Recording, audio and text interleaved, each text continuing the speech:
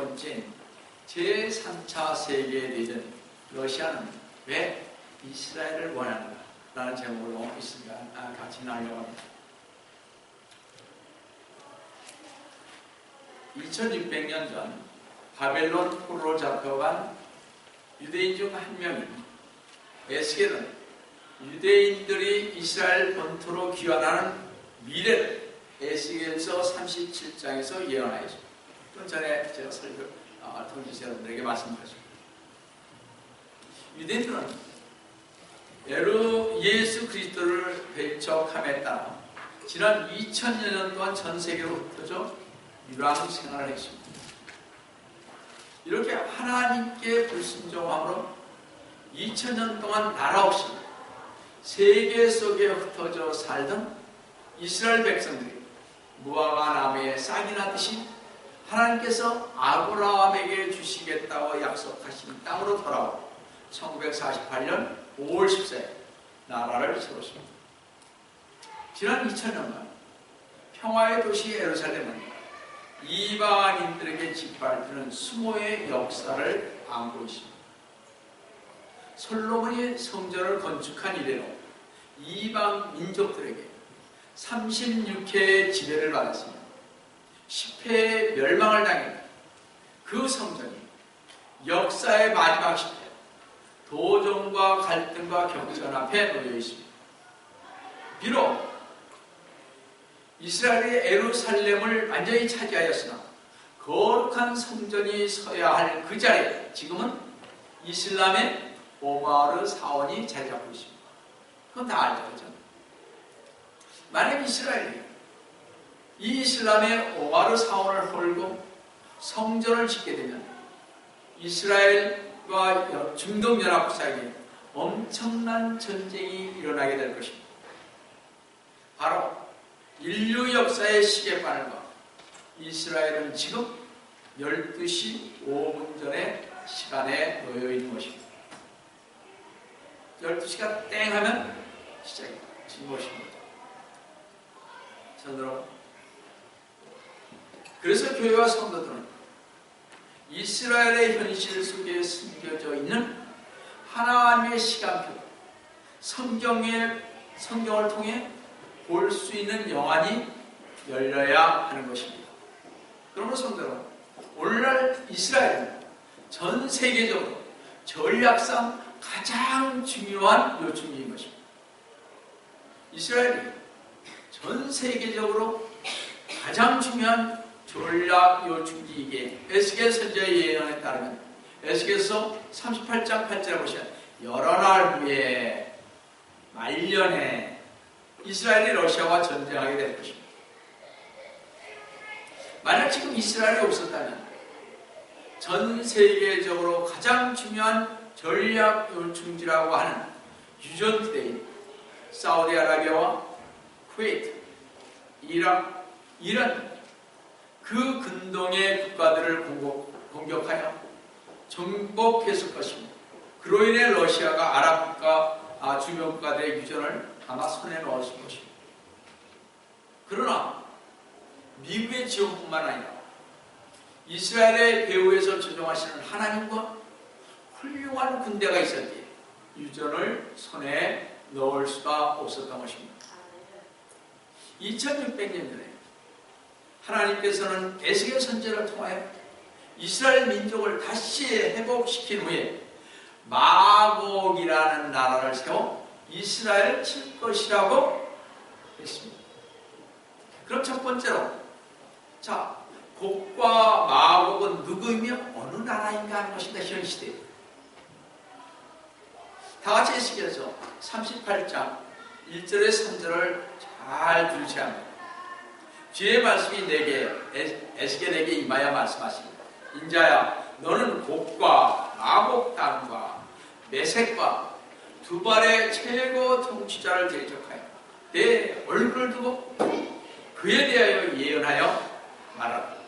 주 하나님이 이같이 말하노라. 보라, 오 메색과 두발의 최고 통치자 고가, 내가 너를 대적하라. 최고 통치자가 누구니까? 고기라고 하십니다. 에스겔 선지자는 이 북방의 최고 통치자는 마곡의 땅과 메섹과 두발의 통치자 곡이라고 하였습니다. 이 말은 북방 최고 통치자와 민족의 부족 계보를 말하는 것입니다. 따라서 곡은 나라의 지도자의 상징적 명칭이고, 마곡은 곡의 거주지로서, 메섹, 두발이라고 불리는 고대 민족의 최고 통치자인 왕인 것입니다. 자, 이 고대 민족들이 누구인지 알리는 창세기 10장 2절을 보시면, 노아의 아들인 야벳의 아들들은 고멜과 마곡과 마대와 야완과 두발과 메섹과 티라스여에서부터, 야벳의 둘째 아들은 뭐라 하십니까? 마곡이요. 두발은 다섯째 아들이요. 메섹은 여섯째 아들인 것을 알 수가 있습니다. 제1세기 유대의 역사가인 요세푸스. 여러분, 요세푸스는 좀 알아야 합니다. 사실 이분이 없으면 가학으로 해석하기가 좀 곤란한 게 있습니다. 이 역사가인 요세푸스는 마곡이 헬라인에게는 스키티안이라고 불렸으며 흑해 근방에 살던 부족이라고 했습니다.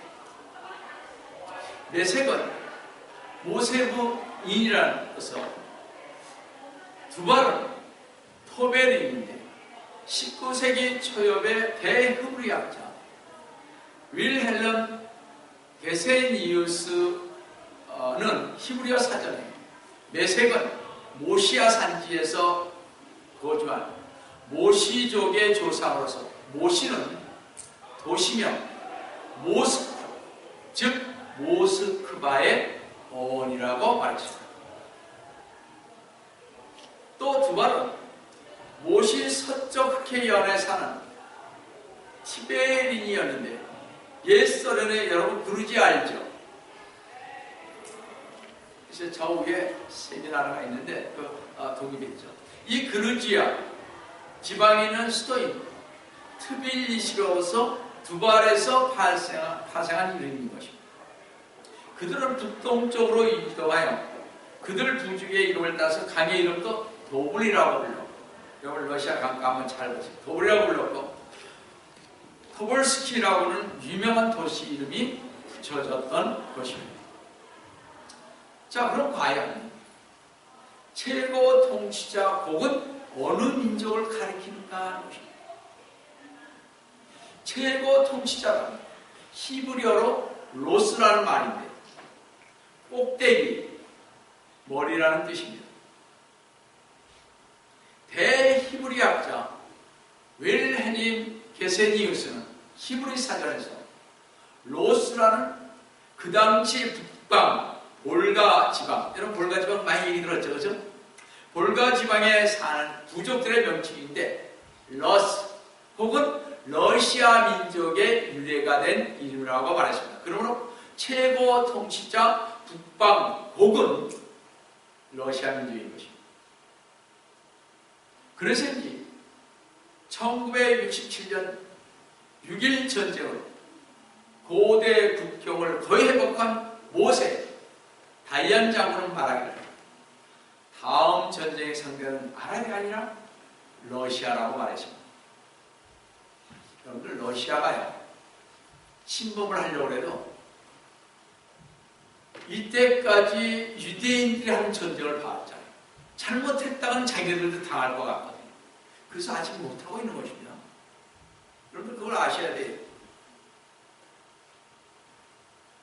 제가 이 명칭을 조사하는 데만 여러 책을 다 보고, 정말 이 사람은 이렇게 말하고, 여기에서 뽑아낸 것이 바로 이것만 보는데도 한 몇 주 걸렸을 거예요. 막 머리가 아파서 제대로 못하겠더라고요.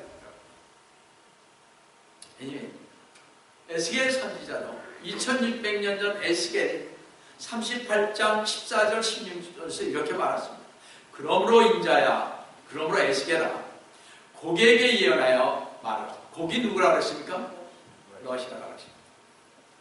주 하나님이 이같이 말하라. 내 백성 이스라엘이 안전하게 거하는 날에 내가 그것을 알지 못하겠느냐. 이스라엘이 안전하고 평안할 때 북방 나라인 고깃 러시아가 침략할 것이라는 것입니다.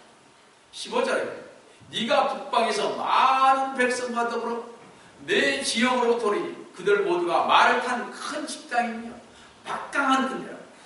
지금 러시아는 말을 타고 싸우는 기병들을 육성하여 레이더망이나 어떤 것에도 걸리지 않고 신속하게 기습 공격을 할 수 있는 말을 탄 기병대를 훈련하고 있다는 것입니다.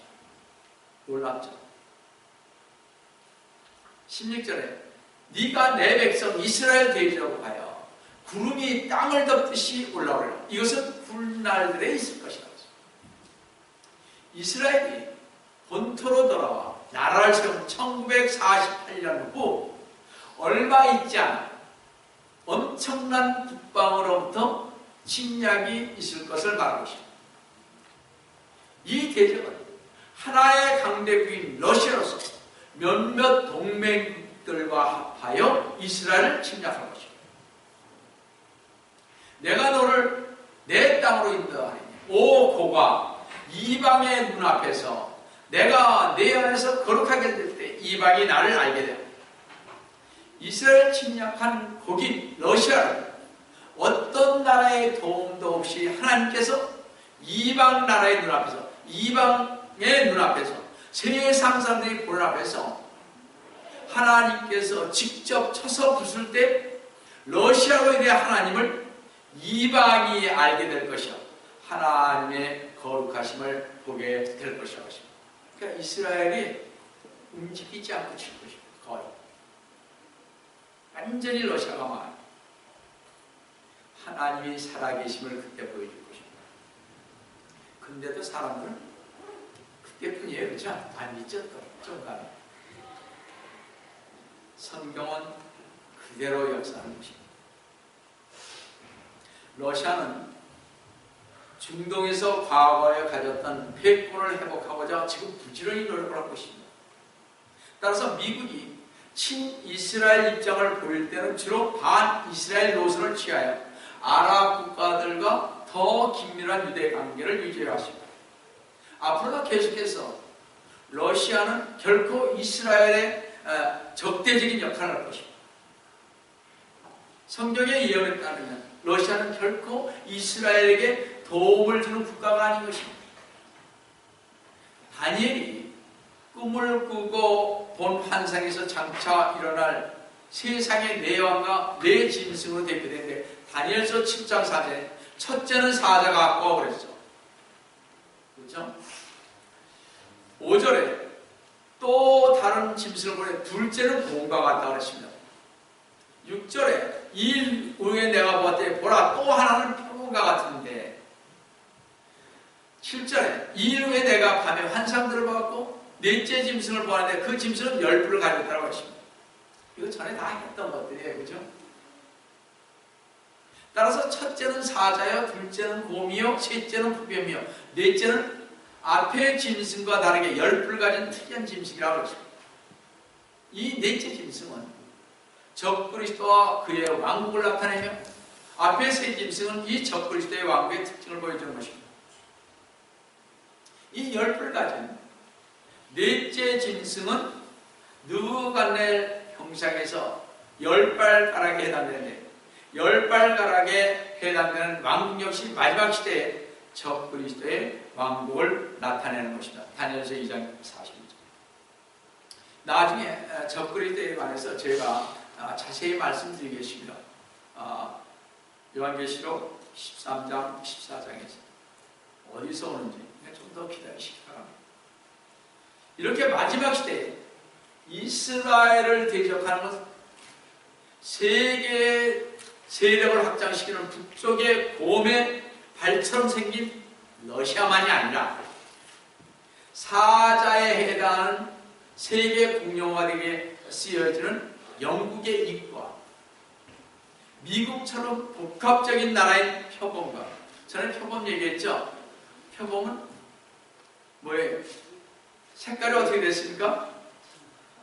왠지 노랗고 하얗고 검고 그렇죠. 점이. 그죠? 누구를 어느 나라 가리킨다 그랬습니까? 지금 미국을 가리키네. 세계 여러 나라 다 있죠. 이건 전에 얘기했으면 넘어가겠습니다.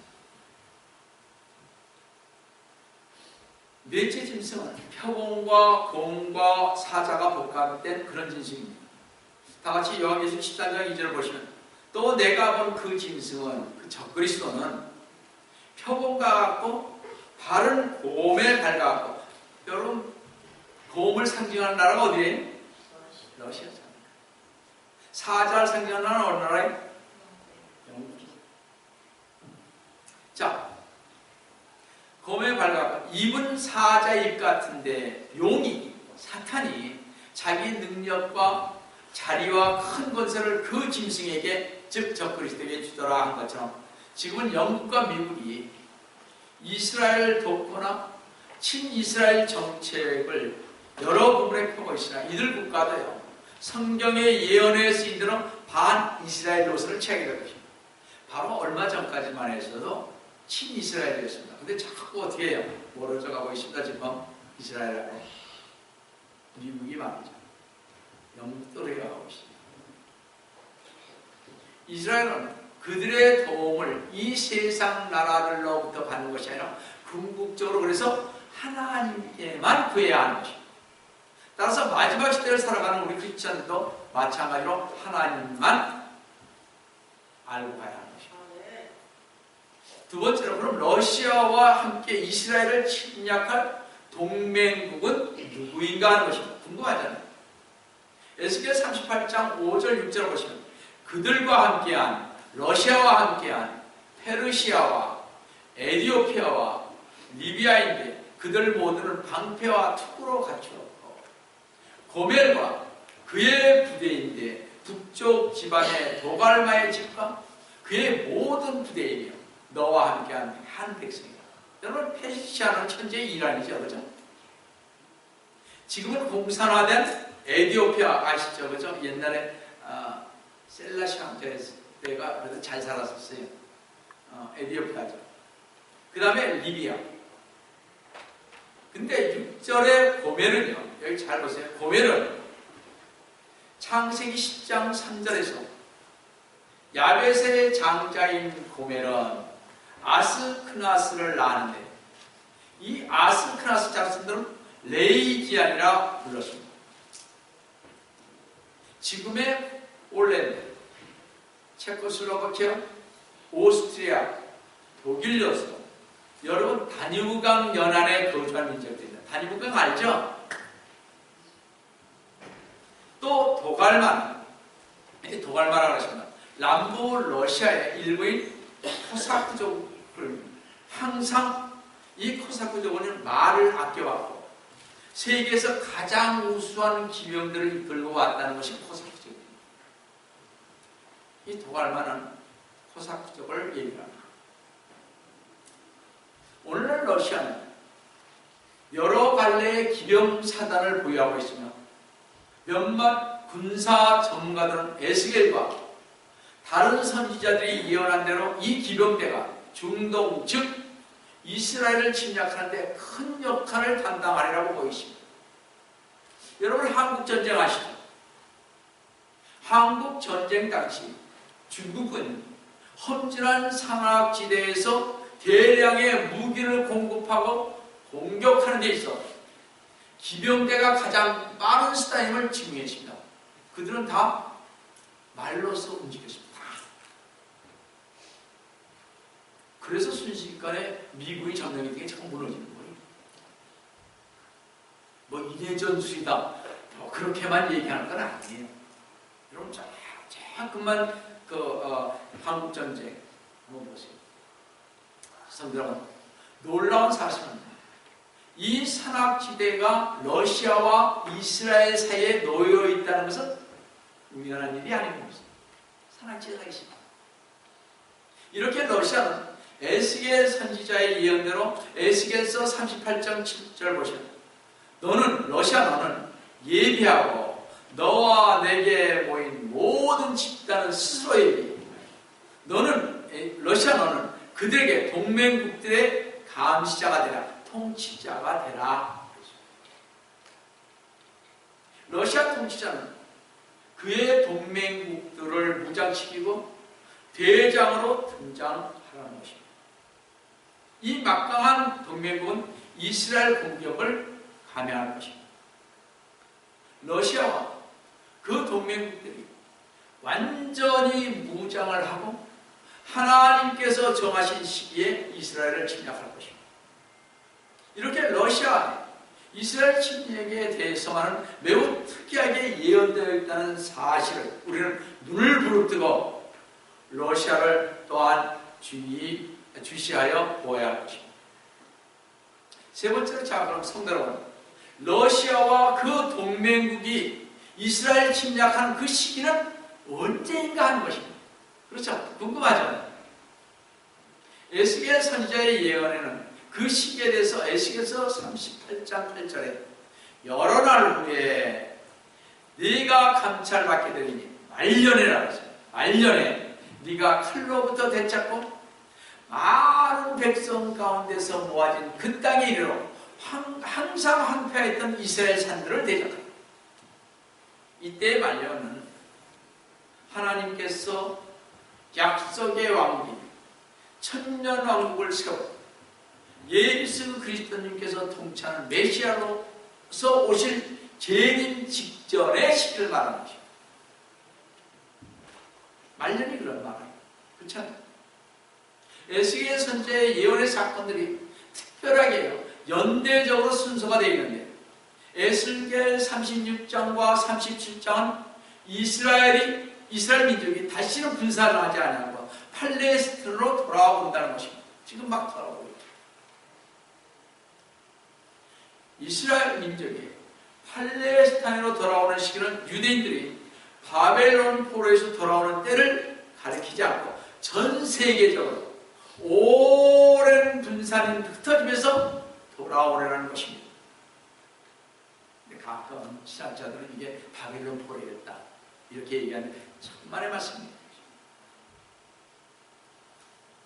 바벨론 포로는 70년 만에 돌아왔고 전 세계적인 것이 아니었습니다.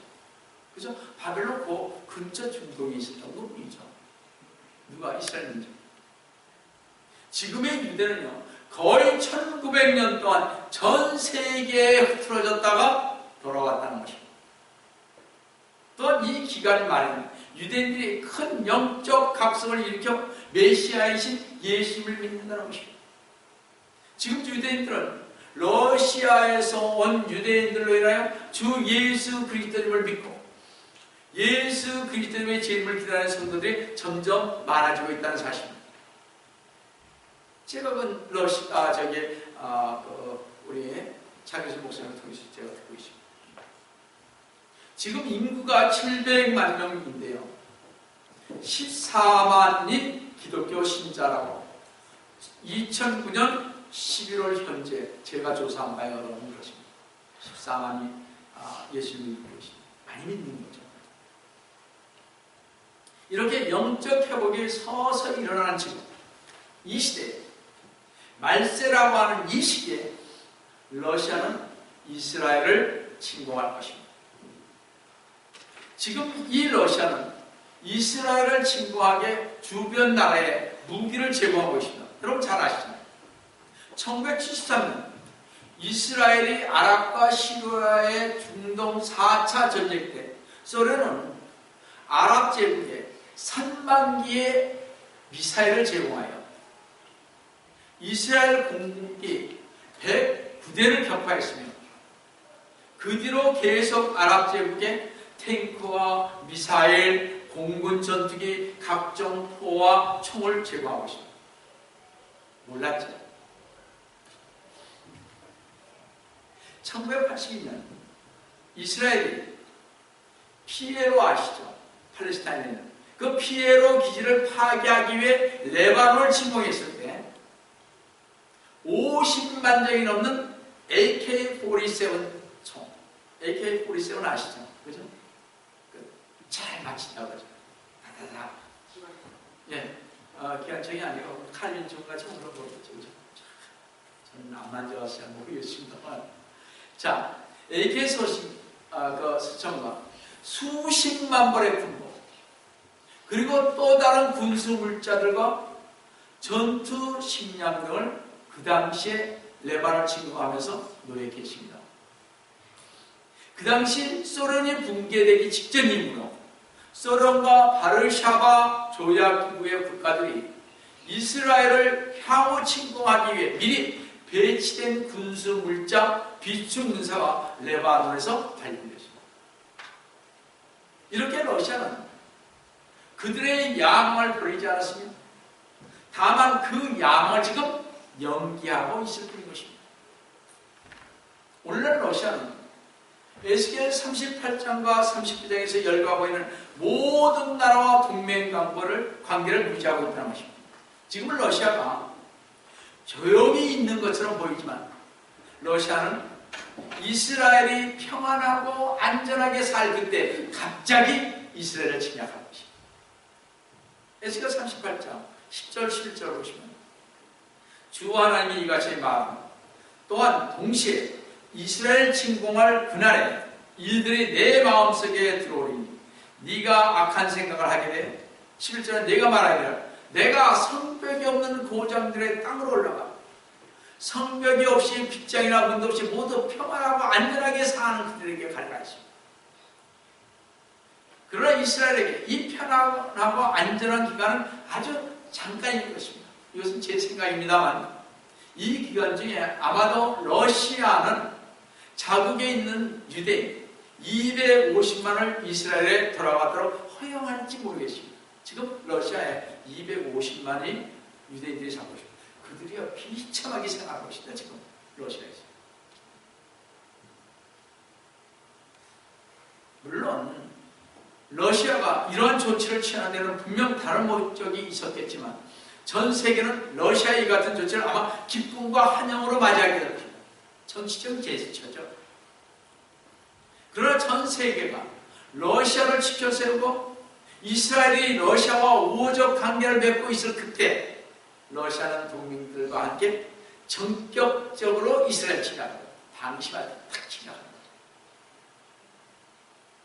러시아와 동맹군들은 이스라엘 침략하여 이스라엘 땅을 완전히 지배할 것입니다.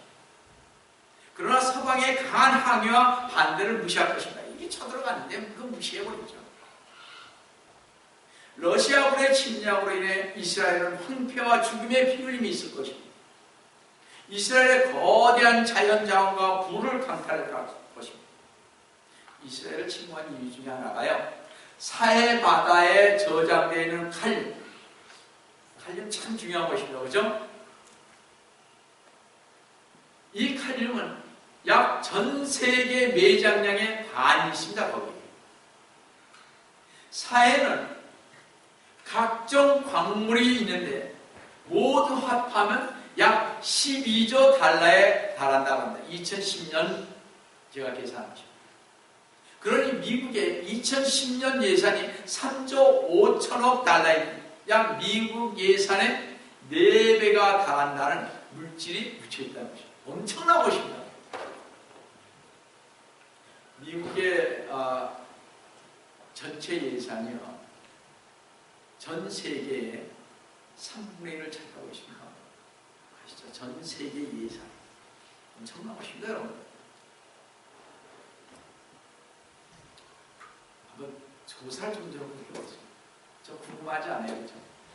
옛날에는 미국의 국방 예산이요, 지금은 좀 더 갑니다만 옛날에 국방 예산이 전 세계의 나라의 국방 예산하고 똑같았습니다. 미국을 어떻게 상대를 하겠어요? 상대할 나라가 아직은 없습니다. 그런 거 생각합니다.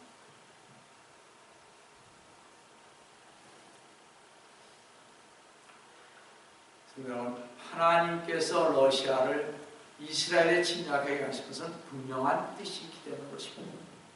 즉, 러시아는 전 세계에 보여줄 가장 큰 교훈, 즉 어떤 나라도 이스라엘 백성을 박해하여 성공할 수 없다는 것을 분명히 나타내시기 위해 사용하십니다.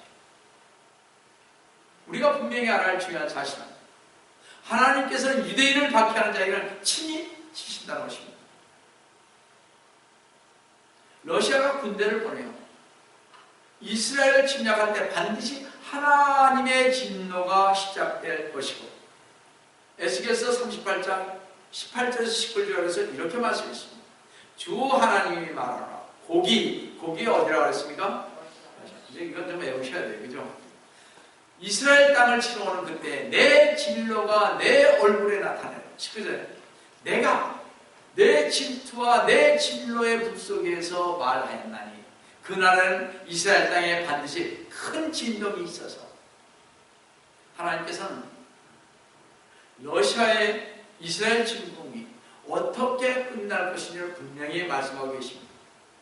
하늘이 열리며 하나님께서 한 심판을 하늘에서 쏟아 러시아의 군사력과 동맹의 군사력을 쓸어 없애버릴 것입니다. 심한 지진이 있을 것입니다. 이스라엘 주위의 땅은 지진으로 크게 흔들릴 것입니다. 이 지진으로 인해 러시아 병사들이 혼란을 일으켜 서로 죽일 것입니다. 에스겔 38장 21절을 보시면 주 하나님이 말하라.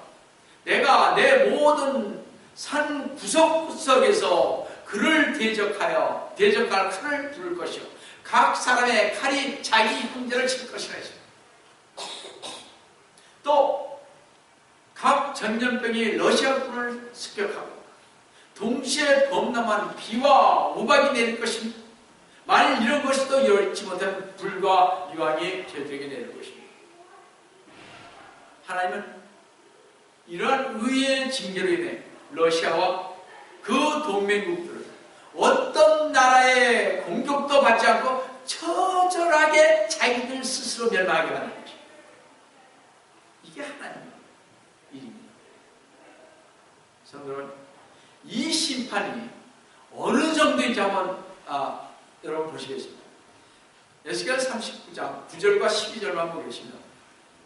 이스라엘 성읍들에 거하는 자들이 나가서 무기들의 불을 놓아 태우니, 지금 러시아 사람들이 잘 죽고 이제 어떻게 무기들이 있습니다. 지금 나가서 무기들의 불을 놓아 태우니 작은 방패들과 큰 방패들과 활들과 화살들과 몽둥이들과 창들이다. 그들이 불로 이 무기들을 7년간 태우리라고 했습니다. 얼마나 많은 게 7년간을 채우겠어요. 그렇죠? 무기들을 7년간 태운다니 얼마나 많은 무기입니까? 또 12절 보시면 이스라엘 집이 그들을 7달 동안 매장하여 그 땅을 깨끗하게 할 것이다. 러시아와 동맹국 군인들이 너무 많이 전사해서 그 신체를 장사하는데 7개월이 소요된다는 거죠. 엄청나죠? 이러면서 이스라엘에는 많은 사람들과 세계의 사람들로 하여금 그들의 참 메시아이신 주님을 믿게 될 것입니다.